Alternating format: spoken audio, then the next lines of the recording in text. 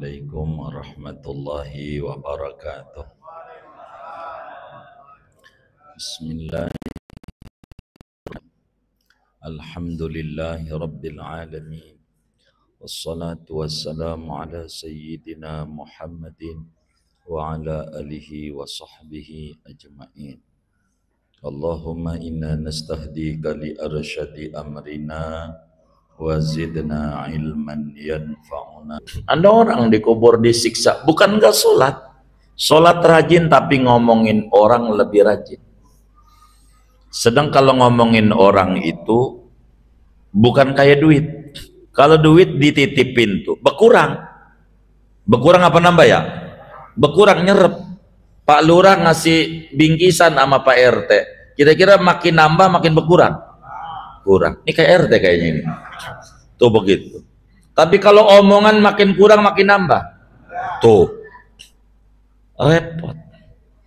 La tu'ayyir ahadan bima fi. Jangan mencerca orang dengan kekurangan yang ada. Jangan. No comment. Jaga lidah. Enggak boleh. Sebab menggibah enggak ada ampun. Kudu minta maaf sama dia. Jadi kita no comment, udah jangan ngomong. Apatah lagi itu kiai. Ini zaman sekarang nih. Masih ribut, nggak berhenti nasab. Masih ribut aja tuh. Ujungnya coba dipikirin tuh yang ngomongin nasab. Andai dia benar. Pendapat dia benar. Andai.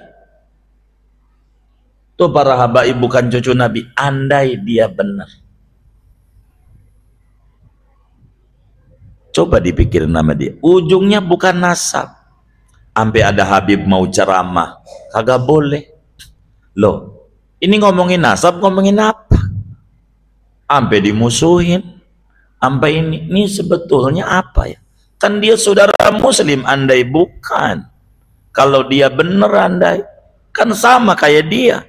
Kalau sama lu ngapa? Sampai terus saja diomongin. Ya begitu. Coba andai dia salah. Bener itu Habib anak cucunya Nabi, habis dimaki-maki Nabi di akhirat. Kita jangan tuh kayak begitu, bahaya. Ya Allah, coba pikirin. Sampai Habib mau ceramah kagak boleh. Lu mau ngapa? Nasihat kagak boleh. Kan dia muslim. Udah dibilang gak boleh mencerca muslim. Mau ngapa? No comment. Ini ujian besarnya bukan pada Habib. Kalau ngomongin nasab, ujian besarnya sama kita, umatnya Rasulullah.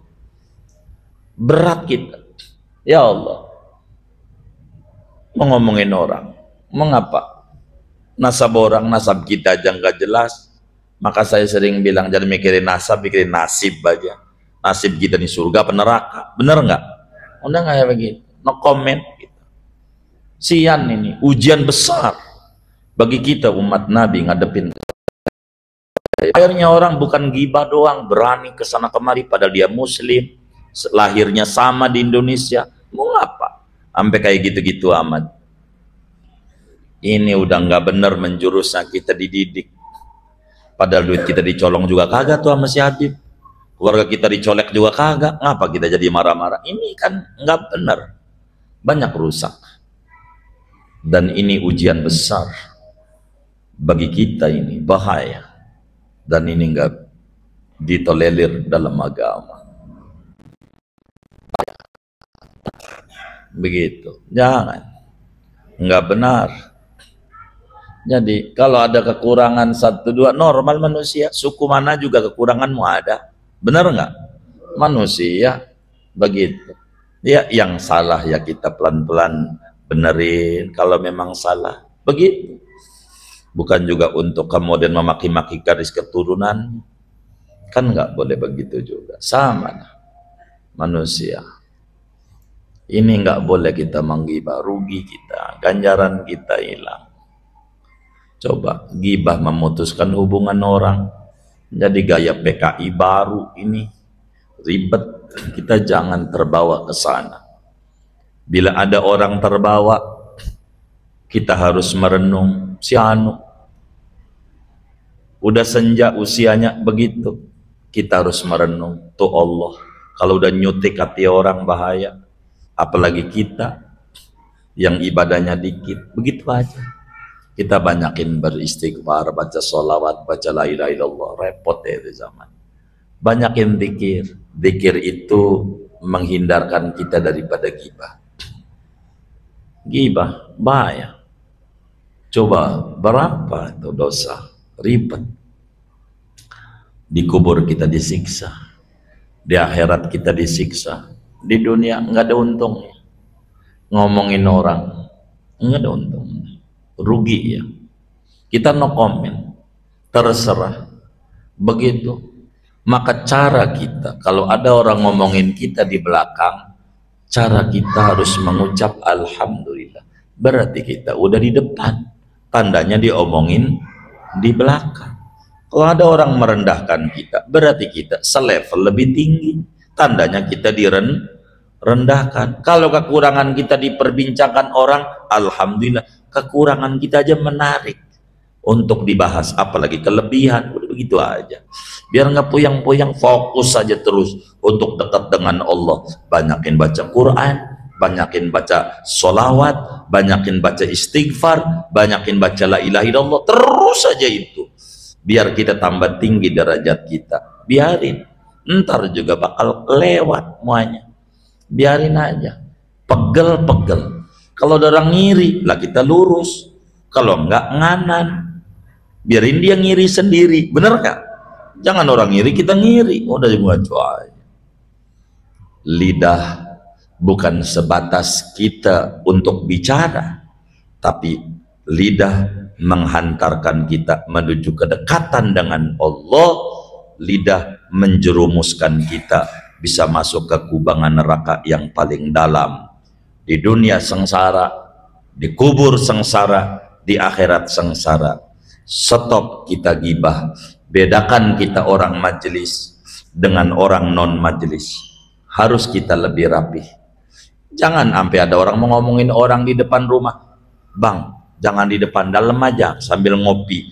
Ya tambah gelap kita, dosanya tambah banyak, nyediain kopi lagi, buat orang ngomongin tambah dosa lagi, ya tambah hancur. Nggak usah. Ini nggak boleh. Bagi kita orang majelis yang baik, omongin yang baik-baik. Itu begitu. Begitu. Kalau ada orang ngomongin orang, pastikan karena berangkat dari hati yang nggak rapi. Karena hati itu kayak teko. Teko itu akan mengeluarkan apa yang ada di dalam teko. Kalau di dalamnya kopi, keluarnya kopi. Kalau orang ngomongin orang, emang karena hati nggak rapi, dan kita harus ngaji ada buahnya. Pelan-pelan rapihin. Begitu, rapihin kita. Sebab la kafarata lil ghibah, tidak ada kafarat penebus dosa ghibah kecuali hatta yastahillah, minta dihalalin, minta dimaafin, au yastaghfirullah, atau minta ampunan. Ayo, ya Allah ampuni dosa si Mamat, ampun terus aja sampai 10.000. Begitu, itu baru si Mamat. Besok lagi lah kita ngapa buat orang? Kapan minta ampunan dosa kita? Daripada begitu, stop.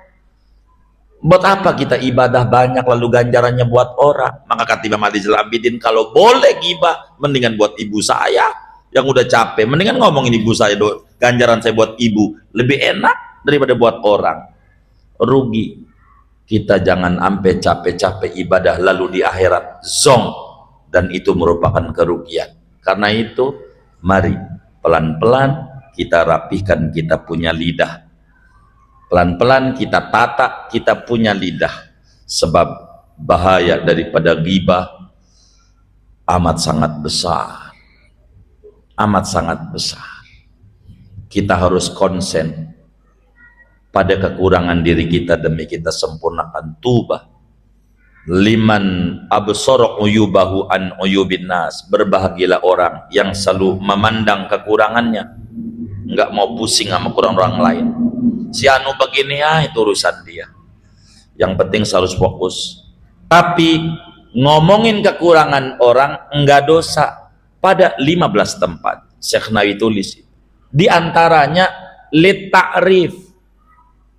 Ngomongin kekurangan orang enggak apa-apa kalau kita untuk mempertegas. Ada orang namanya Ahmad di Kereo, dua orang, satu Ahmad pincang, satu Ahmad normal. Ada nanya, mana rumahnya Pak Ahmad? Kata kita, Ahmad pincang. Iya tuh Ahmad pincang. Ini kagak dosa, karena bukan dalam rangka menghina, tapi untuk mempertegas alamat yang dia maksud. Kedua, minta nasihat. Bini kita begini-begini, pegel, jangan diem aja, datang sama orang yang mengerti. Ini bagaimana? Bini saya begini-begini, ini kagak dosa, karena minta petunjuk bagaimana cara menyelesaikan masalah ini. Ketiga, kalau kita didolimin, ngadu sama hakim, Pak begini-begini, si anu tuh nyerobot tanah saya, begini-begini, boleh, karena kita minta keadilan, bukan dalam rangka menjelekkan dia, tapi minta keputusan. Itu boleh yang kayak begitu. Kalau ada masalah nggak apa-apa, ini ribut keluarga, urusan warisan, minta petunjuk, ini yang bener si anu apa ini, boleh, jangan diem aja, ujungnya meleduk juga, repot. Maka ada bagian hal-hal yang kita bukan dalam rangka menjelekkan orang, maka yang kayak begitu nggak dosa, termasuk bersaksi di pengadilan. Kita jadi saksi, bener tuh si Mamat nyolong motor waktu itu maghrib, ini jam sekian saya lihat. Itu ngomong begitu nggak gibah, karena mau menegakkan banyak hal yang kayak begitu.